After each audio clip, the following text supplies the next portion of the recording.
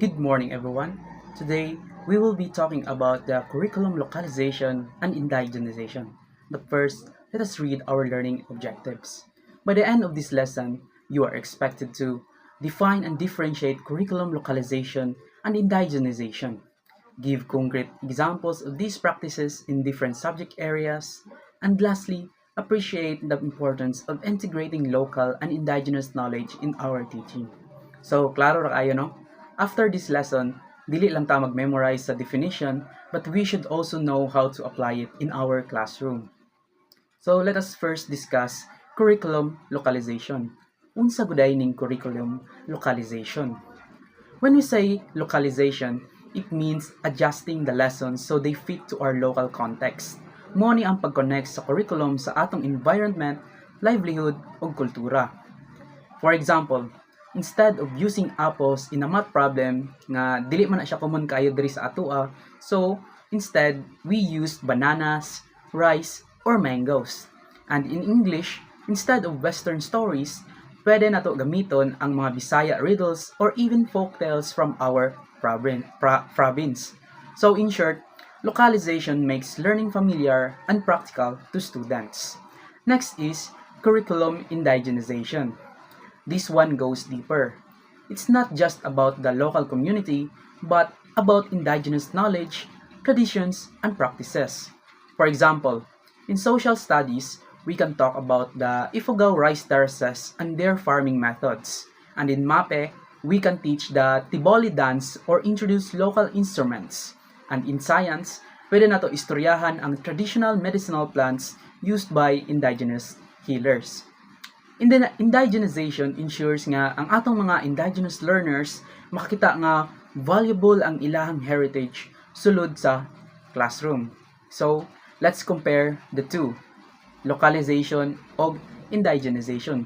Unsa man guday ang kalahian nilang duwa? Localization adapts the curriculum to the immediate local community. Sa ato ang local community jud nga nang directly ra siya, like festivals, livelihood, or ang regional culture. While ang indigenization, on the other hand, integrates ancestral and indigenous knowledge. Para mas klaro, give ko example. If I use the Buglasan Festival in my lesson, that's localization. And if I invite a Mangyan elder to share folk stories in the class, that's indigenization. Of course, this is not just a theory. DepEd really supports these practices. First, we have RA 10533, also known as the Enhanced Basic Education Act of 2013. This law created the K-12 program, and one of its key principles is curriculum contextualization, meaning the lessons should match the learner's context, language, and culture. Then next is we have DepEd Order number 32 series of 2015. This order specifically mandates schools to implement contextualization, localization, and indigenization. So teachers are really expected to design lessons that connect to the learner's world. And lastly, the Indigenous Peoples Education Program, or the IPED. This ensures that indigenous learners receive education that respects their culture, knowledge, and practices. So, klaro kaayo nga naagyoy legal and policy support for what we are talking about. So, anong importante man ni sila? Let's dig deeper. The first reason is it makes learning meaningful and relevant. Students learn faster and better if they can connect to the lesson their daily lives. Imagine teaching math using examples from local market, mas dali nila masabtan kaysa abstract numbers lang.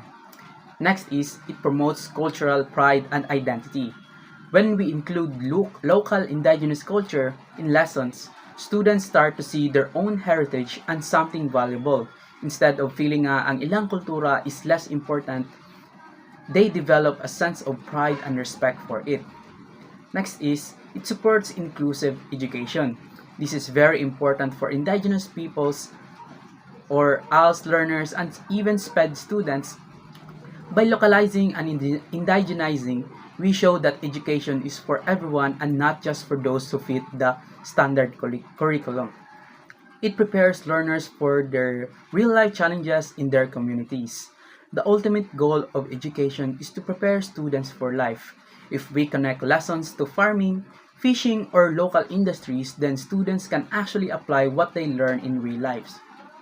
So instead of memorizing concepts for exams, they develop skills and knowledge that help them in their community. To wrap up the discussion, here are some subject-based examples. For math, world problems using local products. In English, reading comprehension using folk tales. In science, identifying local medicinal plants. In MAPE, teaching indigenous dances or music. Or in MAPE, teaching indigenous dances or music. So kita, as future teachers, hinahanglan nato una-unaon unsaon nato pag-localize or pag-indigenize ang atuang subject. That's all for today. I hope you learned something. Thank you everyone for listening. God bless.